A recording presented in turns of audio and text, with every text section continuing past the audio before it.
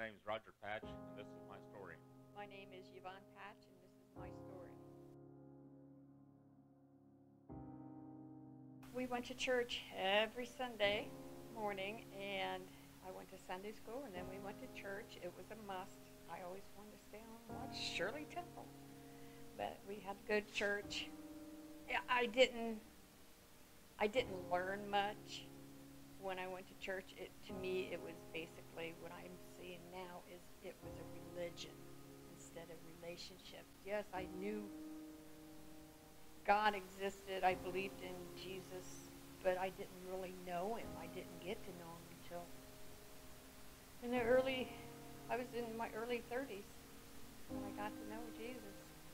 It's when I first started going to church, and he wouldn't go. And I was given to God what his 10% was. And this is before he was saved. And he'd come to me, you better not be spending my money giving it to God. Went to church every Sunday and every Sunday evening, but never really learned anything. Didn't mean nothing to me. It's just what I had to do. Never really read the Bible at home. Never any prayers or even mention of God. Well, we did a lot of partying, a lot of out drinking with all the guys and everything. I mean, rode I had a motorcycle, which I still do have one, but don't do all the same crazy stuff. But no, we'd be out 2-3 o'clock in the morning, drinking, partying.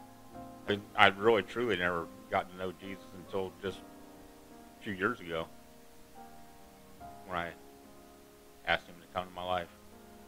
I was actually, I had been running from all my troubles and fears and things I didn't want to deal with. Out in the truck, driving truck all the time. I remember when I was out in the truck, though, I'd talk to her on the phone, and she swears she only asked me this one time if I want to come to church with her. But I swear, she asked me every time I was on the phone with her if I was going to come to church with her on Sunday if I was home.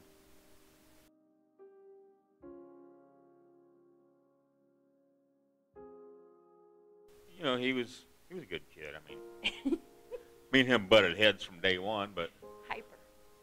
he was a good kid at heart. I mean, everybody that ever met him loved him, and I don't know. He's always asking me to get him a job. Dude, I can't. You're not old enough to go out on a job site with me. You got to be at least 18 to come to work with me. And 18th birthday, I got him a job working with me. We was working on a school up in Edgerton.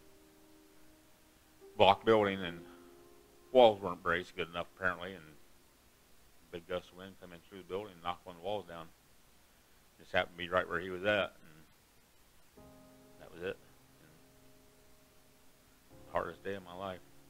Yeah. But that is the hardest day of anybody's life, is when they lose a child. And then, I don't know, I think that's when I thought, well, can't be no God out there. Why would you do that to me, And I just pushed everybody away, and that's when I went out driving truck. Was after that happened, and it's just the only way I could deal with it. Just got away from everybody that I knew. Our son died. People don't know this about me. I became a wino, and I drank for a whole year. I drank a bottle of wine, big bottle of wine, every night. And then after I quit drinking, I went to smoking pot. And I couldn't quit. I was addicted to it. And after we was saved, I went to Roger and I says, you've got to pray for me because I can't quit smoking, and I know it's bad, and I know I need to get away. He prayed that night, and the next day I had no more cravings. It was gone, and I have not touched it in ever since 5 to 6 years.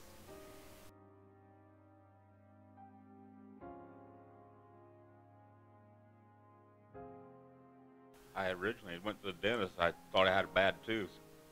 because my jaw and everything would hurt, like it did once before when I had a tooth that needed pulled. And I went to the dentist, and they gave me some antibiotics to get rid of the infection in my jaw, which didn't work because it wasn't just an infection. And I went back in to see him again, and I asked him, what was he going to do about the swelling in my jaw, because it hadn't gone down. And they looked at it a little better, and they told me I needed to go get a biopsy because my tonsils were all swollen up. And so I did that, and biopsy come back that it was cancer. It's been quite the test, so far as really believing God's there taking care of me. There was a lot of times I thought, man,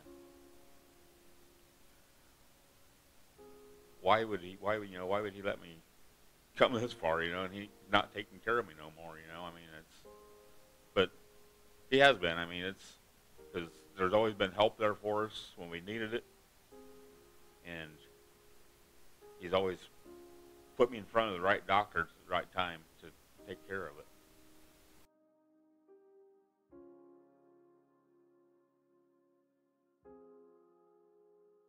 It's been Jen and Burke, because Burke went through the same thing with the tonsils, and Jen has helped me through this so much.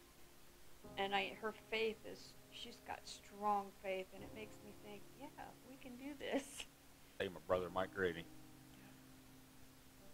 I was at a point in my walk with Christ when I really truly learned who Mike was, that I probably wouldn't have continued walking with him. But Yvonne was doing some Bible study on a Saturdays with a group of ladies up the Lord's church when we went to church there, and I was just going to go in and sit and listen to what was going on, with them on Saturday mornings. And Brother Mike happened to come up there and drop Becky off, and I ended up doing Bible study at his house with him. And he's really helped me out a lot, and he's kept me walking down the straight and narrow path at that particular point in my life. I really don't think that I would still be where I'm at today if it weren't for him.